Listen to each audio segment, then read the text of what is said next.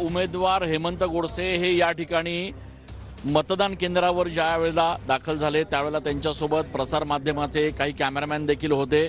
मात्र या ठिकाणी जे पोलीस कर्मचारी होते त्यांनी आतमध्ये जाण्यास मज्जाव केलेला आहे आणि त्यामुळे गोंधळाची स्थिती या ठिकाणी निर्माण झालेली आहे।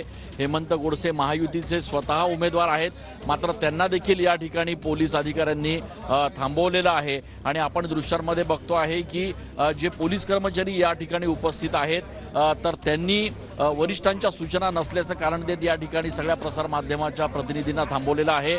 स्वतः उमेदवार हेमंत गोडसे जे आहेत ते देखील या ठिकाणी थांबलेले आहेत आणि त्यामुळे थोडीशी गोंधळाची परिस्थिती जी आहे ती या ठिकाणी निर्माण झालेली आहे। अधिकाऱ्यांनी सांगितलेलं आहे की कुठल्याही प्रकारच्या सूचना मीडियाला आतमध्ये सोडण्याच्या नाही आहेत आणि त्यामुळे इथे जे काही प्रसार माध्यमाचे जे कॅमेरामॅन किंवा जे प्रतिनिधी उपस्थित होते त्यांच्यात गोंधळाची परिस्थिती निर्माण झालेली आपण दृश्यांमध्ये बघतोय की स्वतः हेमंत गोडसे जे या ठिकाणचे महायुतीचे उमेदवार आहेत त्यांना देखील या ठिकाणी खरं तर आतमध्ये जाऊ दिलं जात नाहीये। त्यांचं देखील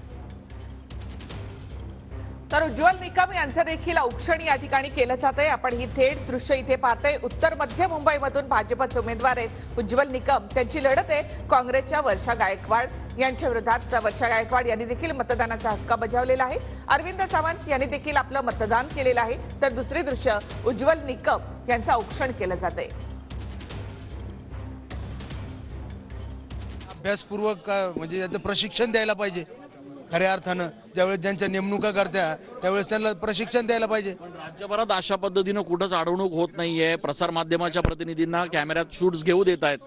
मला असं वाटतं का मी तेच सांगितलं का हे चुकीचं आहे आणि निश्चित अशा म्हणजे असं इतका वेळ वाया घालवणं कोणाचा उमेदवार असेल का किंवा मतदार असतील यांना अडचणीचा भाग या ठिकाणी त्रास सहन करावा लागतोय। आपली काय मागणी असणार आहे आप्पा? आपली काय मागणी? निश्चित आपण तक्रार करणार यांची।